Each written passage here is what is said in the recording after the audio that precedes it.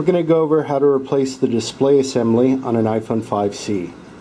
Before we begin, first thing we want to do is make sure that everything on the phone is functioning. So what I've done is gone to General Settings and Battery Percentage and turn that on so I can see my battery percentage. When I have it plugged in and charging, I want to make sure that it climbs at least 1% while I pre-check everything. The first thing we're going to do is make sure it's got service. We're going to make sure that we have Wi-Fi. We want to check the front and rear camera. And while you test the rear camera, you want to record a video as well. So that tests the rear microphone. And then flip it over to the front camera and again record a video. So that tests the front microphone. And then we'll bring up Siri or voice control. Make sure our proximity sensor is working by covering the top of the phone. And the screen should go black and come back. And to test the bottom microphone, which is located at the bottom left of the phone, we'll record a simple voice memo. Test 1, 2, 3, 4, 5. And go ahead and save that. And then we'll play it back. Make sure our volume up, 3, 4, 5. Volume down, mute, and then play it back. But this time we're going to press the ear speaker here and make sure that recording, instead of coming through the loudspeaker, comes through the ear speaker. Once all those tests are satisfactory, we'll go ahead and power off the phone, and my battery just charged 1%, so I know my charging circuit is working. I can go ahead and unplug this and power down the device.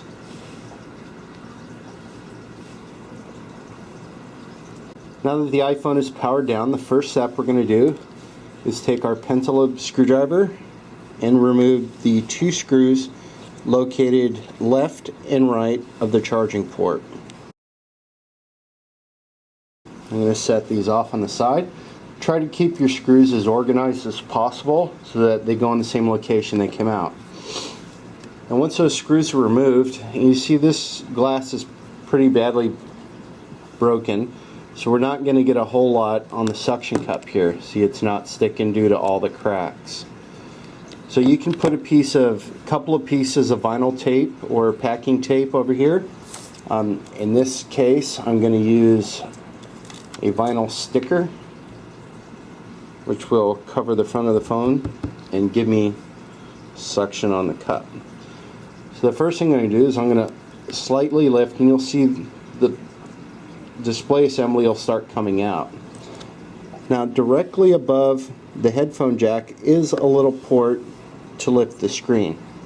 So I can go in there and gently lift my screen up and then pull back just like that. Now that we have the phone open, we need to disconnect the battery from the logic board. By locating the plate across the dock connector flex and the battery, it's held in with two screws. Go ahead and remove these two phillips screws.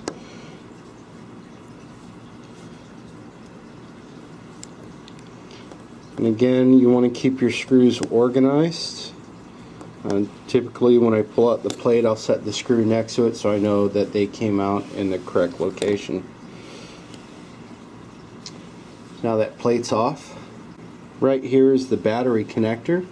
So what I need to do is disconnect it from the logic board.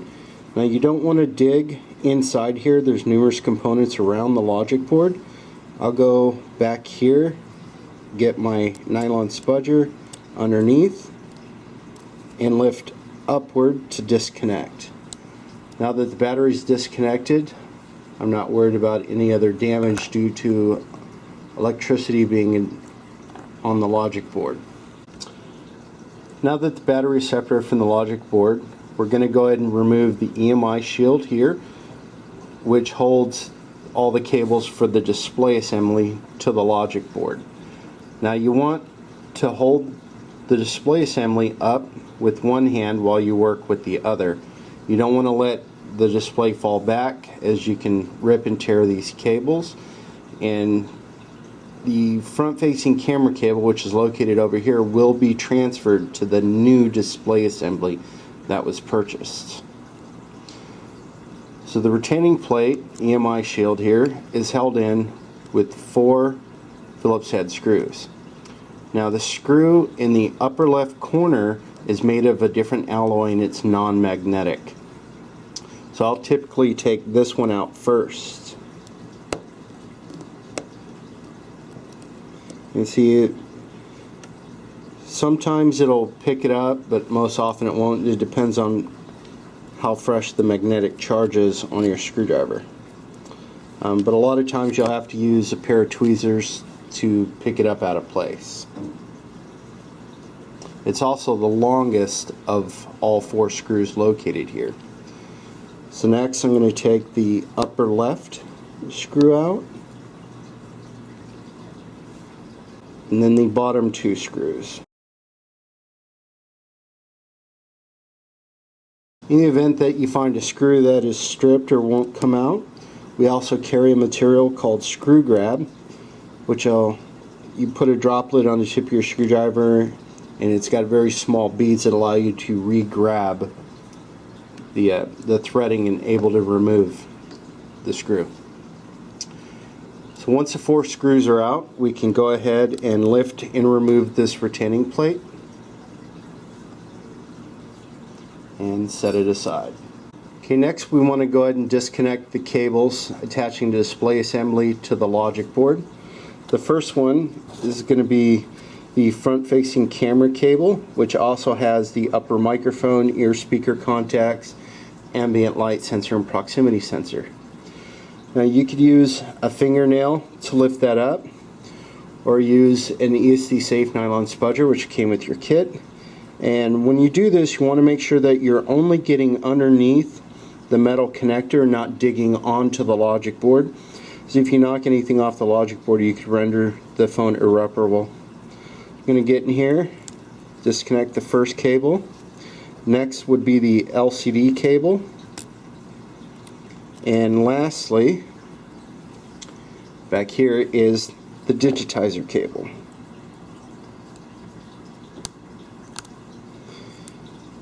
Once those 3 cables are off, you can separate the display assembly from the phone, slide the frame aside, as we're going to transfer numerous components from the original display assembly over to your new display assembly. So now that I have the new display assembly, as you'll notice here, we're going to have to move the home button, flex cable and bracket, the thermal plate, and the front-facing camera cable assembly, ear speaker, and brackets over to the new assembly. So let's go ahead and set the new screen aside and start removing everything needed here. The first thing we're going to do is go ahead and remove the ear speaker bracket. So you have 2 screws, the upper left screw, which is a very long screw, and then the bottom right screw of the ear speaker bracket. Now the bracket itself is clipped in over here on the display, so you need to gently unclip this using the spudger and then lift all the way up to a 45-degree angle and remove, as it is also held on the other side right there on the bezel.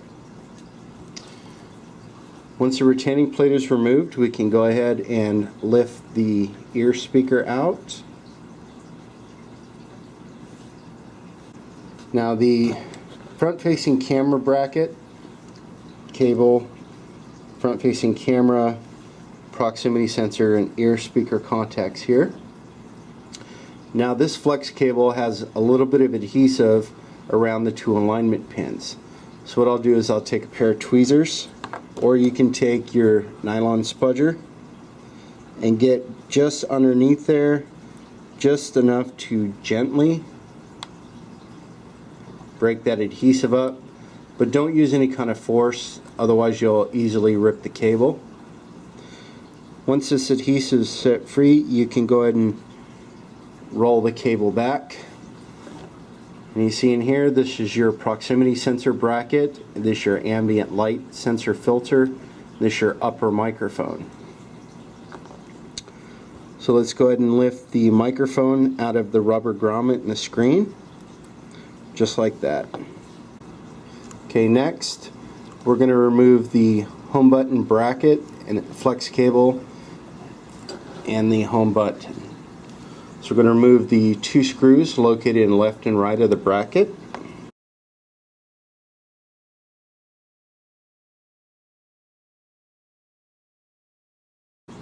Now you'll notice the home button flex cable is attached to this bracket here with adhesive on the underside, and then there's a little bit of adhesive underneath where the contacts for the home button itself is.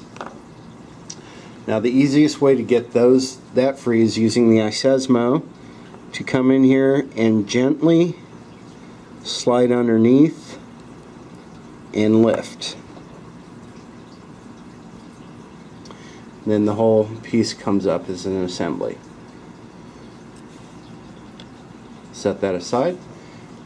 Now the home button itself, we're going to take the flat end of the nylon spudger and come underneath and press upward and lift the home button with gasket out of the old assembly. Next we're going to remove the thermal plate, which is held in by a screw at the top, a screw at the bottom, and 2 screws on the left and right side. So we'll come in here and remove those screws. Start with the left side here.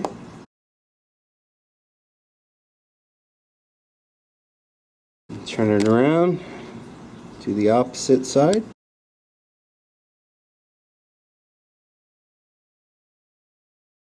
I'll remove the screw right down here at the bottom of the thermal plate. And lastly, remove the screw at the very top, which is actually facing upward. And then go ahead and lift my thermal plate up, which you notice still has the copper tape and the front-facing camera cable attached to it. That's all we need off this for the moment. We still are going to have to transfer the ambient light sensor filter over when we get to there. Now we'll take our new screen and we'll go ahead and remove the ESD protector from the back side of the LCD, like so. We'll install the thermal plate back in, line it up, and then install the screws. So I'll start with the bottom screw. Now I've just put it in enough so that the threads grab, and then I'll take the top screw and insert it as well. And then start putting the screws on the right and left side.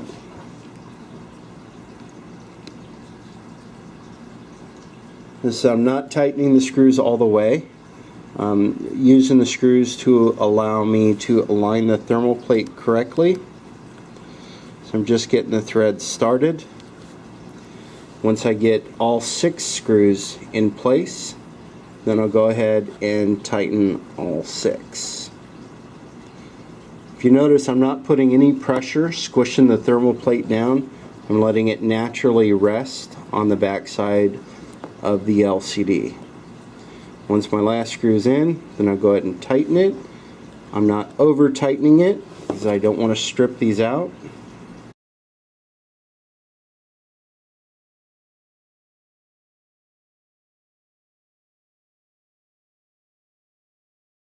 Now that the thermal plate is back on, then I'm going to go ahead and place the home button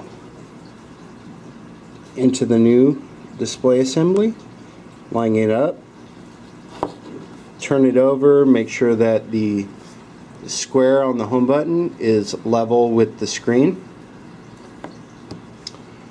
Then I'll place the home button bracket with flex cable in place, making sure that the flex cable lines up on the 2 alignment pins over here on the side. And then insert the 2 screws.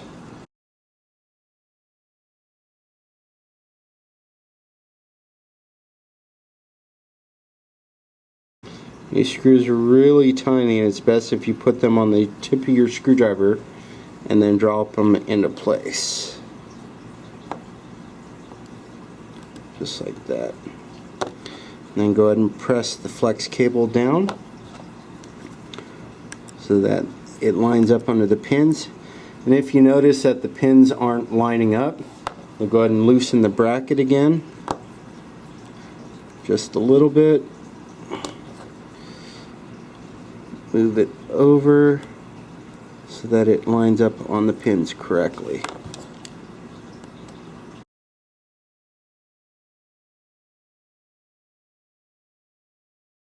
You can see they're now aligned. Now I'm going to take the original display and I need to pull the ambient light filter and move it over to the other one. So what I'm going to use is the flathead screwdriver, including your kit, and I'm going to insert it on this bottom edge and then gently give it a little twist.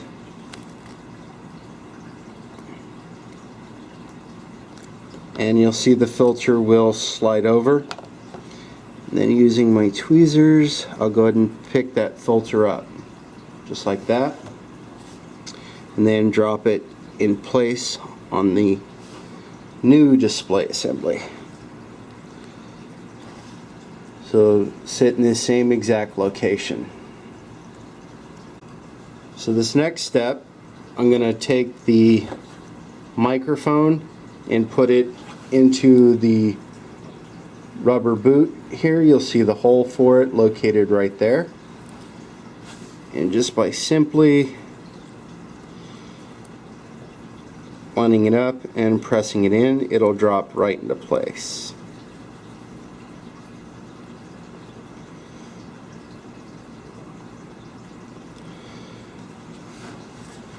Just like that, and then make sure that it's fully in by pressing with your finger.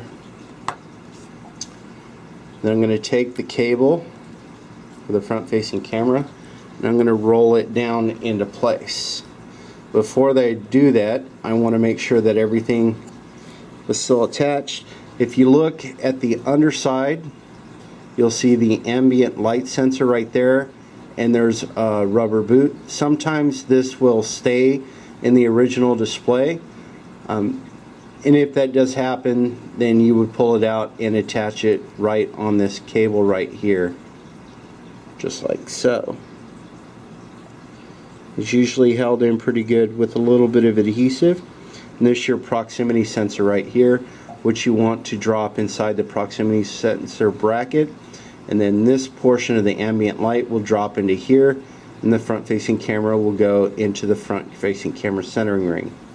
So all this should smoothly drop into place.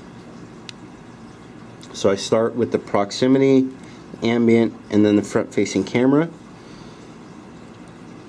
And the cable should drop right over the ear speaker alignment pins, just like so.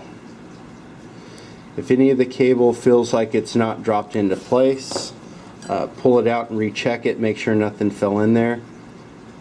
So everything was good here. So the next step is I'm going to take the ear speaker, and I want to make sure that the bottom portion of the ear speaker here, this oval, is going to drop into the rubber boot right here next to the microphone. I'm going to take that and press it in place, in which case the ear speaker will also drop over the 2 alignment pins right there, and everything should feel nice and flush, and you should barely see the pins coming through the holes. Now, the tricky part is getting the ear speaker bracket back in. You can't see this too well on a camera, but it slides in over here and goes in at a 90-degree angle, goes into a bracket, and then you should be able to press it down and everything should stay in place just like that. Let's go ahead and reinsert the 2 screws, making sure that the longer of the 2 screws goes into the upper hole. Then we'll insert the bottom screw.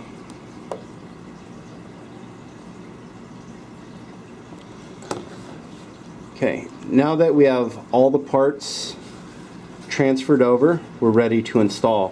One of the first things we want to do is pre-fold these cables. And the reason why we pre-fold them is that the cables are pretty stiff, and when you connect them to your logic board, if you pull on them, you could damage the screen. So what I'm going to do is go ahead and press this area here at the top of the copper tape, and then I'm going to take all 3 cables and fold them backward just like such, so that everything will sit nice and flush. Now we're ready to reconnect all the cables to the logic board. One of the key things here is you want to get your thumb up here underneath all the cables and try to keep the cables pressed against the glass while you attach them at the same time. So you're going to start with the digitizer down here, and you should feel it snap and almost hear an audible click when it's connected. Next, we're going to do the LCD connector, just like that. And lastly, we're going to do the front-facing camera. Now this one is the hardest one to do because it tends to want to go sideways. So I'm using the nylon spudger to help me drop it to where it goes into place, and then press it in. And lastly, I'm going to slightly fold the screen forward using my finger, make sure that all 3 connections are secure.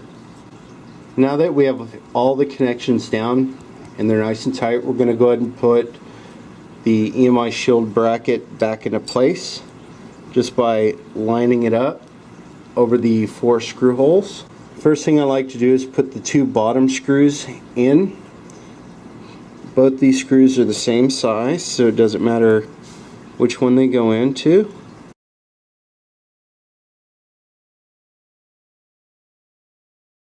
I'll put the second screw into the bottom and tighten them up.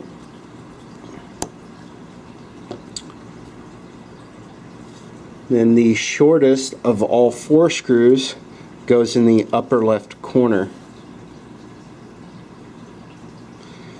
And if you notice, my screen is still slightly tilted forward so that it doesn't come accidentally disconnected while you're connecting the bracket in place. And lastly, we're going to do the non-magnetic screw. I'm going to take my tweezers and drop it down in place, and then go ahead and tighten it up.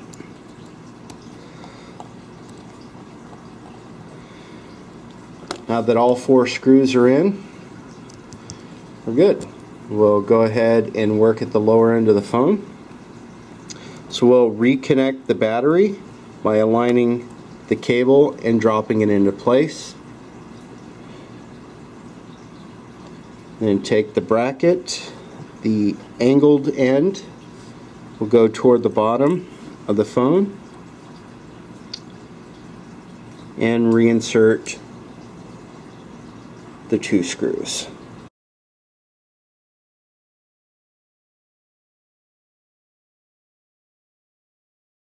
Again, you don't want to over tighten these. The posts that they screw into can be easily stripped out. Now that both screws are in place, we're ready to close up the phone. Okay, to close the phone, you're going to notice here at the very top, you're going to see a couple of brackets here that actually slide underneath the frame. So you want to take the screen at about a 30-degree angle and insert it until the corner of the display is aligned with the corners and flush at the top of the phone.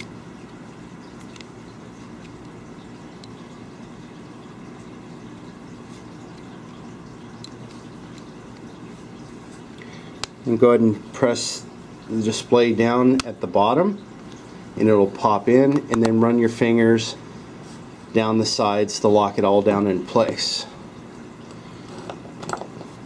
Lastly, we'll reinsert the pentalobe screws to hold the display into the frame.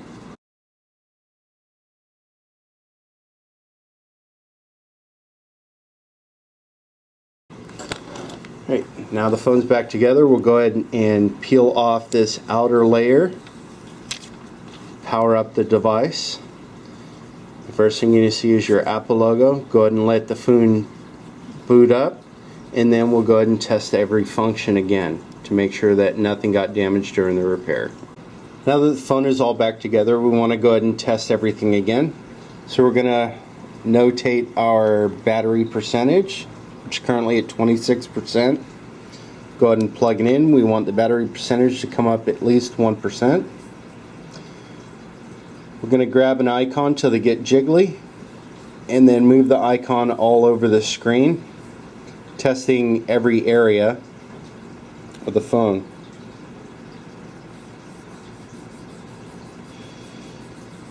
Make sure that it goes off page and then back to the original page.